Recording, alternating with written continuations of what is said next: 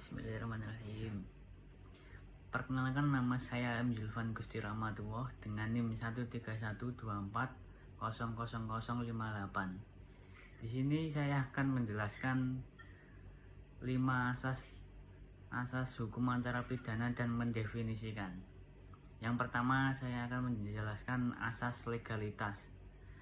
Asas ini berdefinisi setiap tindakan dalam proses pidana hanya boleh dilakukan jika ada aturan hukumnya. Tidak ada proses tanpa dasar undang-undang. Asas ini berpedoman pada dasar hukum pasal 1 ayat 1 KUHP dan pasal 1 ayat 3 UUD 1945 tentang negara Indonesia adalah negara hukum.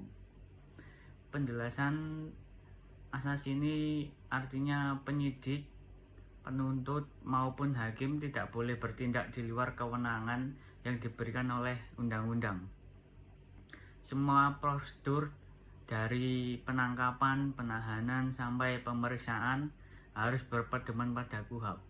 Tujuan asas ini untuk mencegah tindakan sewenang-wenang dan memberikan kepastian hukum bagi warga negara. Yang kedua, asas praduga tak bersalah. Asas ini berdefinisi setiap orang yang disangka, ditangkap, ditahan, dituntut atau diadili tetap dianggap tidak bersalah sampai ada putusan pengadilan yang berkekuatan hukum tetap. Asas ini menggunakan dasar hukum pasal 8 ayat 1 Undang-Undang Nomor 48 Tahun 2009 tentang kekuasaan kehakiman dan pasal 66 KUHP. Penjelasan sedikit tentang asas ini yaitu prinsip ini melindungi hak asasi tersangka atau terdakwa agar tidak diperlakukan sebagai penjahat sebelum ada putusan pengadilan. Beban pembuktian ada pada jaksa atau penuntut, bukan terdakwa. Asas ini juga menjadi pedoman agar media dan aparat tidak memberi stigma bersalah sebelum ada vonis. Dan selanjutnya asas ketiga, hak atas pembelaan atau bantuan hukum. Setiap orang yang disangka atau dituduh berhak membela diri, baik secara pribadi maupun melalui penasihat hukum. Bagi yang tidak mampu, negara wajib menyediakan bantuan hukum gratis. Asas ini berpedoman pada pasal 54-56 KUHP dan Undang-Undang Nomor 16 Tahun 2011 tentang bantuan hukum. Asas ini menjamin keseimbangan antara kekuasaan negara seperti penyidik, jaksa, hakim dengan hak individu. Tersangka atau terdakwa berhak didampingi sejak tahap penyelidikan hingga persidangan. Negara wajib memberikan penasihat hukum bagi terdakwa yang terancam pidana berat atau tidak mampu secara ekonomi. Tujuannya untuk menjamin keadilan dan perlindungan hak asasi manusia. Asas keempat, asas peradilan cepat, sederhana, dan biaya ringan. Proses peradilan harus diselesaikan dengan cepat. Prosedur harus sederhana dan biaya yang dikeluarkan sebisa mungkin terjangkau. Asas ini menggunakan patokan pada pasal 2 ayat 4 Undang-Undang Nomor 48 Tahun 2009 dan pasal 50 KUHP.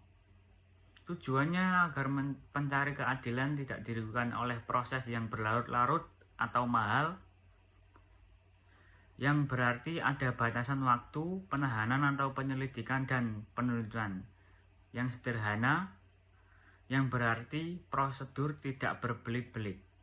Biaya ringan, yang berarti biaya perkara tidak membebani pencari keadilan dengan asas ini. Pengadilan harus memberikan pelayanan maksimal dan efektif. Dan yang terakhir, asas kelima, yaitu asas pembuktian dan kebenaran material. Hakim wajib menggali fakta yang sebenar-benarnya, kebenaran material. Bukan hanya yang tampak di permukaan. Putusan harus didasarkan pada alat bukti yang sah dan keyakinan hakim. Asas ini berpedoman pada dasar hukum pasal 183 KUHP dan pasal 184 KUHP. Artinya, tujuan peradilan pidana bukan sekedar mencari kebenaran formal, sesuai dokumen, tetapi juga memastikan benar-benar siapa pelaku dan bagaimana peristiwa terjadi. Hakim harus menilai alat bukti yang sah seperti saksi, ahli, surat, petunjuk, dan keterangan terdakwa, lalu menjatuhkan putusan berdasarkan keyakinannya. Dengan asas ini, putusan pengadilan diharapkan adil dan sesuai dengan fakta yang sebenarnya.